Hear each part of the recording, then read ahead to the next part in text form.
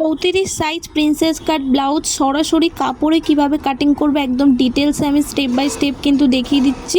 তোমরাও যারা জানো না পুরো ভিডিওটা দেখো, ভিডিওটা কিন্তু স্কিপ করবে না। তো সবার প্রথমে মাপটা আমি এখানে দেখিয়ে দিলাম, পুরো মাপ টু ঝুল থেকে শুরু করে পয়েন্ট অবধি। এবার হাতের বাঁ সাইডটা জোড়া সাইড, ডান সাইডটা ছাড়া সাইড থাকবে। এইভাবে কিন্তু কাপড়টাকে ভাঁজ করতে হবে।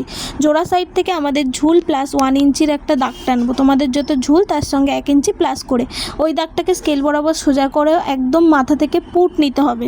যতটা পুট ততটা মোহরা স্ট্রেট লাইন নিয়ে নিলাম। এইবার ওখান থেকে আমাদের নিতে হবে ছাতি ভাগ 4 প্লাস 1 ইঞ্চি এক্সট্রা, অথবা তোমরা 1.5 ইঞ্চিও নিতে পারো। ঝুলের শেষের কাছে আসছি কোমর ভাগ 4 প্লাস ওপরে 1 ইঞ্চি এক্সট্রা, তাই জন্য নিচেও 1 ইঞ্চি এক্সট্রা। এই দাগগুলোকে স্কেল বরাবর মেলানোর পরে এই কোণা থেকে 1 ইঞ্চির একটা দাগ টানবো এবং মোহরা স্ট্রেট লাইনের মিডিল বার করে নেবো। এইরকমভাবে মোহরার শেপ দিতে পারো, অথবা ফ্রেঞ্চ কাপ স্কেল দিয়েও কিন্তু মোহরার শেপ দিতে পারো।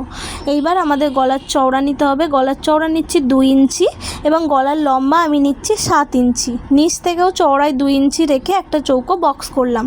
শেপটা আমি পরে দিচ্ছি। তার আগে ঝুলের একদম শেষের কাছ থেকে মানে ঝুলের দিক থেকে আমাদের 1/2 ইঞ্চি প্লাস করতে হবে ঝুলের কাছ থেকে, এবং ছাতির কাছ থেকে 1.5 ইঞ্চি যোগ করছি, যেহেতু সরাসরি কাপড়ে কাটিং করছি ওই কারণে। এবং কোমরের কাছ থেকে আমরা নিচ্ছি 3 ইঞ্চি। ভালো করে দেখো, ছাতির কাছে 1.5 ইঞ্চি, কোমরের কাছে 3 ইঞ্চি এবং নিচ থেকে 1/2 ইঞ্চি। এই সব দাগগুলোকে স্কেল বরাবর মিলিয়ে দেওয়ার পরে আমাদের একদম ওপর থেকে পয়েন্ট প্লাস 1/2 ইঞ্চিতে একটা দাগ টানতে হবে। যেই দাগটাকে টানবো ওটাকে একদম স্কেল বরাবর সোজা করার পরে ওখানে একটা সূত্র নিতে হবে ছাতি ভাগ 10। তাহলে আমি এখানে নিচ্ছি 3.5 ইঞ্চি। 3.5 ইঞ্চির মাপটাকে আমরা ওপরে 3.5 ইঞ্চি, নিচে 1/2 ইঞ্চি কমিয়ে 3 ইঞ্চিতে একটা দাগ টানলাম।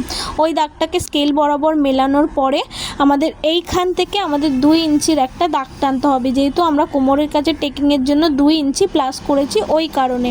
এরপরে আমাদের লম্বায় নিতে হবে 2.5 ইঞ্চি। ভালো করে দেখো আমি কোথায় কি নিচ্ছি, তোমরাও পারফেক্টভাবে এই নিয়মেই নেবে। 2.5 ইঞ্চি নিয়ে ওই দাগটাকে স্কেল বরাবর মেলানোর পরে পয়েন্টের এখান থেকে আমাদের ডট ডট ডট ডট করে ওই লম্বাটায় মেলাতে হবে। ভালো করে আমি মিলিয়ে দিচ্ছি, দেখো কত সুন্দর শেপ এসছে এই যে মিলিয়েছি এই দাগটা।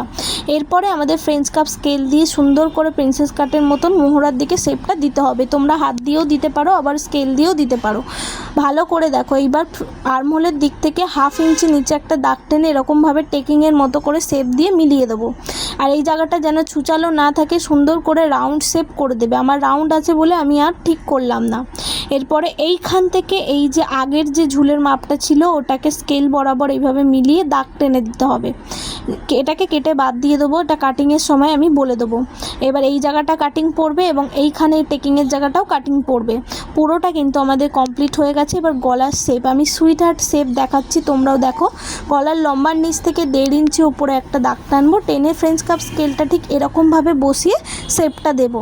দেওয়ার পরে আরেকবার আমাদের ফ্রেঞ্চ কাপ স্কেলটা নিয়ে ঠিক এই রকমভাবে বসিয়ে নিয়ে শেপটাকে দিয়ে নিতে হবে। দেখো কত সুন্দর সুইট হার্ট নেকের শেপ এসছে। পুরোটা কিন্তু কমপ্লিট। এবার জাস্ট কাটিং করতে হবে। তোমরা যদি এর কাটিং সেলাই দুটোই দেখতে চাও কমেন্টে আমাকে জানাবে।